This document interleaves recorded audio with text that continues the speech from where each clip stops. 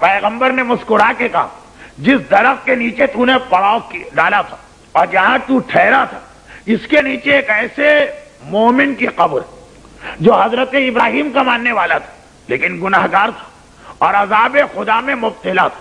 تو نے قرآن کا ایک ایسا سورہ وہاں پہ پڑھ دیا کہ جس جگہ یہ سورہ پڑھا جائے اتنی رحمت اتنی برکت اللہ کی طرف سے آتی ہے کہ سخت سے سخت اور بدترین سے بدترین عذاب میں مبتلا آدمی اس کا بھی عذاب دور ہو جاتا ہے، شرط یہ کہ عقیدہ صحیح ہو. تیرے سورہ ملک نے اس کے صدیوں، حضرت ابراہیم کتنے سال پرانے ہیں؟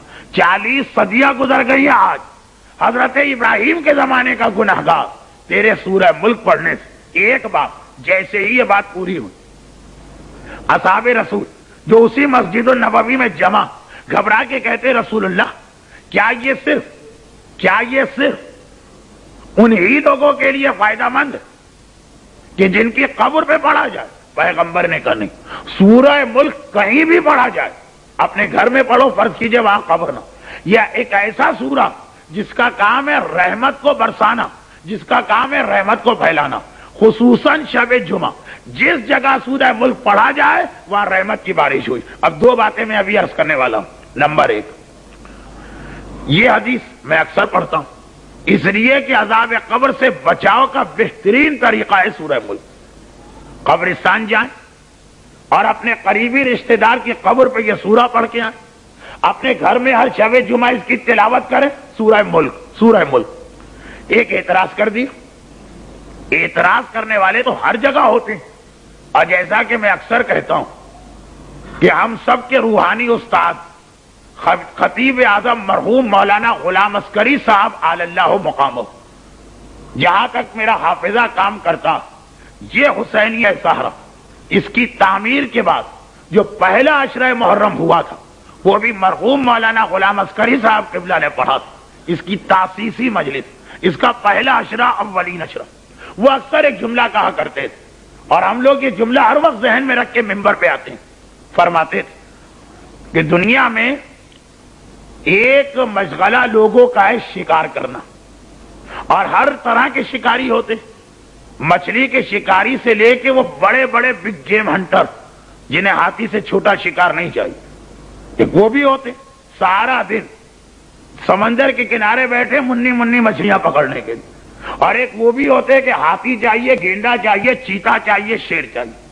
مگر سب سے بڑے شکاری وہ ہوتے ہیں جو مولویوں کے شکاری ہوتے ہیں.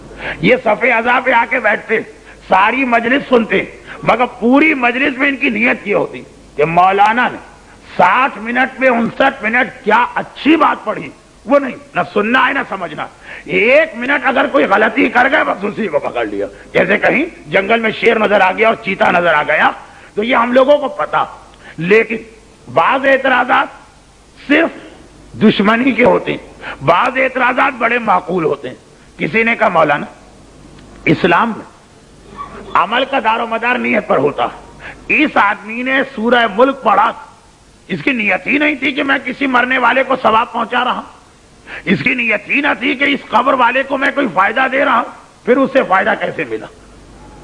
بات صحیح بھی ہے، مگر اسی کی مدد سے سورہ ملک کی ایک فضیلت ظاہر کرنے کا موقع ملا. دیکھیے کچھ چیزیں دوا اسپرے کی طرح، ایک چیز ہوتی ہے ٹیبلٹ، کیپسول، شربت. یہ دوا جو آدمی کھائے گا اسی کو فائدہ ہوگا. فرض کیجئے کہ میں اور آپ دونوں مرض فیلو ہیں. دیکھیں کچھ کلاس فیلو ہوتے ہیں، کچھ سفر کے ساتھی ہوتے ہیں، کچھ جیل کے ساتھی ہوتے ہیں، کچھ بیماریوں کے ساتھی ہوتے ہیں. مجھے بھی شوگر ہے، خدا نہ کرے آپ میں سے بھی کسی کو. آپ نے شوگر کی ٹیبلٹ کھائی، میں خالی دیکھتا رہا، فائدہ آپ کو ہوگا، مجھے نہیں ہوگا. دوا کا اصول یہ ہے کہ جو کھاتا ہے اسی کو فائدہ ہوتا، ورنہ تو یہ بچے کتنے خوش ہو جاتے. سامنے والے کے انجیکشن لگاؤ، یہ خالی دیکھ لیں سوئی سے بچ جائیں. کتنا ڈرتے ہیں یہ بچے انجیکشن کی سوئی سے. لیکن دوا کا اصول یہ ہے کہ جس کے لگے گی اسے فائدہ ہوگا. لیکن ایک طریقہ ہوتا ہے دوا کا اسپرے، خاص طور پر حج کے دوران. یہ منظر آپ نے مکی اور مدینے میں اکثر دیکھا ہوگا کہ آپ سڑک پہ جا رہے، پتا چلا گاڑی پوری سڑک پہ سے گزری اور ایک بار دوا کا اسپرے کیا گیا. اسی طرح سے آپ نے دیکھا ہوگا خوشبو اگربتی جلا دی گئی اور اسی طرح ایئر فریشنر بٹن دبایا گیا، سارا حال مہک اٹھا۔ اب جہاں پر اس انداز کا فریشنر چلایا جائے، آپ نے خوشبو لگائی ہو کہ نہ لگائی، آپ تک یہ خوشبو پہنچے گی ضرور، اور جس نے وہ فریشنر دبایا اس کی نیت آپ ہو کہ نہ ہو، آپ کو خود بخود اس سے فائدہ ملے گا۔ تو کچھ دعائیں اور کچھ اعمال دوا کی طرح ہوتے ہیں، جو کرے گا اس کو فائدہ، جس کے لیے کیا جائے گا اس کو فائدہ، اور کچھ نیکیاں اسپرے کی طرح ہوتی ہیں، جس علاقے میں وہ نیکی کی جائے اس علاقے کے سارے صاحبان ایمان کو فائدہ ملے گا۔ سورہ ملک رحمت خدا کا اسپرے ہے، جہاں پہ پڑھا جائے گا سارا علاقہ رحمت والا ہو جائے گا۔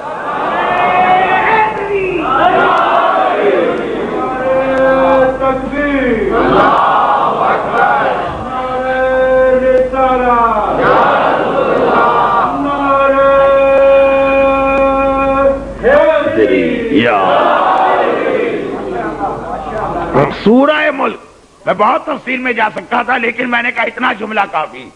رحمت خدا کا اسپرے ہے، ہر شب جمعہ اپنے گھر میں پڑھ کے دیکھیے، قبرستان جم جائے کسی بھی ایک مرنے والے کی قبر پہ پڑھے اور اس کے بعد اس کا فائدہ دیکھیں۔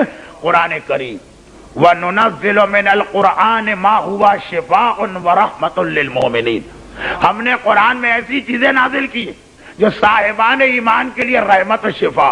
لیکن یہیں پر ایک اعتراض، قبرستان میں دشمنان اہل بیت بھی ہوتے ہیں، حتیٰ یہ کہ کربلا تک کے بارے میں کہا جاتا کہ لشکر یزید اپنے لاشیں دفن کر کے گیا تھا، تو رحمت خدا کیا ان کو بھی ملے گی؟ یہ بھی اسلام کا ایک اصول۔ بعض چیزیں اسلام نے ایسی بتائی ہیں کہ ایک ہی چیز ہے، ایک ہی چیز ہے، ایک ہی چیز ایک ہی وقت میں ایک کو فائدہ پہنچاتی ہے، دوسرے کو نقصان پہنچاتی ہے۔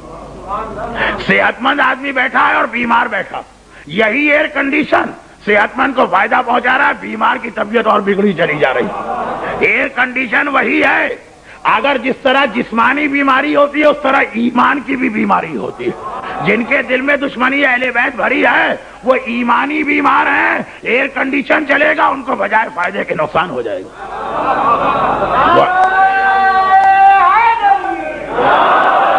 وَنُنَزِّلُ مِنَ الْقُرْآنِ مَا هُوَ شِفَاءٌ وَرَحْمَةٌ لِّلْمُؤْمِنِينَ وَلَا يَزِيدُ لِلظَّالِمِينَ إِلَّا خَسَارًا، ہم نے قرآن میں وہ نازل کیا ہے مومن کو شفا اور رحمت مل رہی ہے، ظالم کو اسی سے خسارہ اور نقصان ہو رہا ہے۔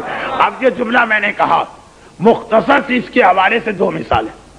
مولا کی زیارت میں مولا کا لقب ہے، السلام علیک یا نعمت اللہ علی الابرار ونقمت اللہ علی الفجار، میرا سلام آپ پر، نیکوکاروں کے لیے آپ اللہ کی نعمت ہیں اور دشمنان اسلام کے لیے آپ ہی اللہ کا عذاب ہیں۔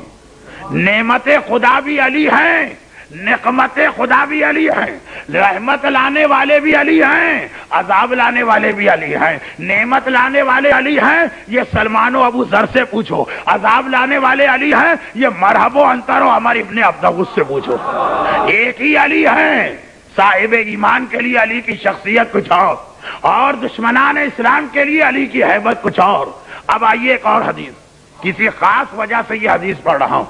میں نے یہ دیکھا قم، مشہد اور اس طرح کی دیگر زیارتوں پہ لوگ جاتے ہیں، بعض صاحبان ایمان کو ایک چیز کی بڑی کوفت ہوتی ہے، واپس آ کے شکایت بھی کرتے ہیں، مولانا یہ کیا وہاں کا دستور کہ سارا صحن قبروں سے بھرا ہوا، ہم پاکستان اور ہندوستان کے لوگ راستے میں قبر آ جائے تو حتی الامکان کوشش کرتے ہیں کہ دائیں بائیں مڑ جائیں، قبر پہ ہمارا پیر نہ پڑنے پر۔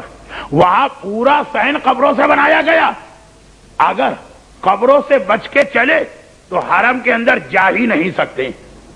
لوگ چکراتے ہیں کہ یہ کیا طریقہ، کیا ایسا نہیں ہو سکتا ہے کہ قبریں ایک طرف ہو اور چلنے والوں کا راستہ کہیں اور؟ یاد رکھیے یہ آج کی بات نہیں، یہ طریقہ کار معصومین کے زمانے سے تھا، اور ایسا ہی ایک مومن چکرا گیا، گھبرا گیا، میں چلوں تو کیسے چلوں؟ بعض اوقات ایسا ہوتا ہے نا کہ آدمی کہتا کہ شریعت کی پابندی کر کے تو میں نے اپنی زندگی عذاب کر دی، اس لیے کہ ایک باپ نے اپنے بیٹے کو علم دین سکھانے کے لیے حوضہ علمیہ بھیجا، بیٹا عالم بن کے واپس آیا، دیہات کا رہنے والا باپ تھا. اب بیٹا آیا, باپ اور بیٹے کی ملاقات ہوئی. اس کے بعد باپ اپنے بیٹے کے ساتھ جا رہا تھا کہ راستے میں باپ کو پیشاب کی حاجت ہو. وہی کھیتوں میں ضرورت سے فارغ ہوا جاتا. باپ بیٹھا, ایک بار بیٹے نے اٹھا دیا, بابا یہ کیا کر رہے ہیں آپ, قبلہ رخ بیٹھے, یہ حرام ہے. چلے باپ نے رخ بدل لیا. بابا یہ تو آپ پشتبہ قبلہ ہوگا, یہ بھی حرام. باپ تیسرے رخ پہ جا کے بیٹھا, کہا بابا سامنے سورج چمک رہا ہے, سورج کے سامنے کراہیت. باپ نے چوتھا رخ بدلا, کہا بابا ہوا چل رہی ہے, چلتی ہوا کے سامنے مکروہ. جوتا اتار کے اتنا بیٹے کو مارا, بیٹا میں نے تجھے اس لیے عالم بنایا تھا کہ میرا پیشاب تک بند کر دے. تو کبھی زیادہ مسئلے سیکھنا مصیبت ہو جاتی. ایک بار ہم نے دیکھا کہ ہم اتنی احتیاط کر رہے ہیں, وہاں کے لوگ اتنے بے احتیاط ہیں, ہر طرف قبریں بنی. مگر یہ آج کی بات نہیں ہے, یہ ہم نے کچھ ذرا زیادہ احتیاط اپنے سر پہ اوڑھ لی. یہ مسئلہ معصومین کے زمانے سے چلا رہا تھا. چنانچہ کل آپ نے ایک امام کی شہادت کا دن منایا. اب ائمہ طاہرین کے کیلنڈر کے حساب سے اب آ رہی ہے 7 سفر کی تاریخ کسی امام کی. اگرچہ کربلا والوں کا 20واں آئے گا, لیکن معصومین کے کیلنڈر کے حساب سے 7ویں امام کی ولادت کی تاریخ آ رہی ہے. انہی کی حدیث پڑھتا ہوں. راوی نے جا کے ہمارے 7ویں امام امام موسی کاظم علیہ السلام دریافت کیا, فرزند رسول یہ جو قبریں ہوتی ہیں ان پہ چلنے کا کیا مسئلہ. امام نے کہا چلو کوئی حرج نہیں. راوی نے کہا مولا مگر کچھ قبریں مومنوں کی ہوتی ہیں. کہا یاد رکھو جب کوئی مومن کافر کی قبر پہ چلتا ہے تو مومن کے چلنے سے کافر کو اذیت اور عذاب محسوس ہوتا, کم بخت کو اور اذیت محسوس. اور مومن جب مومن کی قبر پہ چلتا ہے تو مومن کو راحت اور آرام محسوس ہوتا. تمہارا چلنا مرنے والے کے لیے راحت و آرام لے کے آئے گا. کسی نے کہا یہ بھی سمجھ میں نہیں آتا. بھائی امام کا فرمان, لیکن ویسے سمجھ میں آتا. بعض اوقات بدن کا دبانا بڑا آرام دیتا. مالشیے تو دیکھے ہوں گے نا آپ نے, جس کو انگریزی میں ہم مساج کرنے والے کہتے ہیں, اس میں بھی بدن دبایا جاتا, کتنا مزہ آتا, لطف محسوس ہوتا.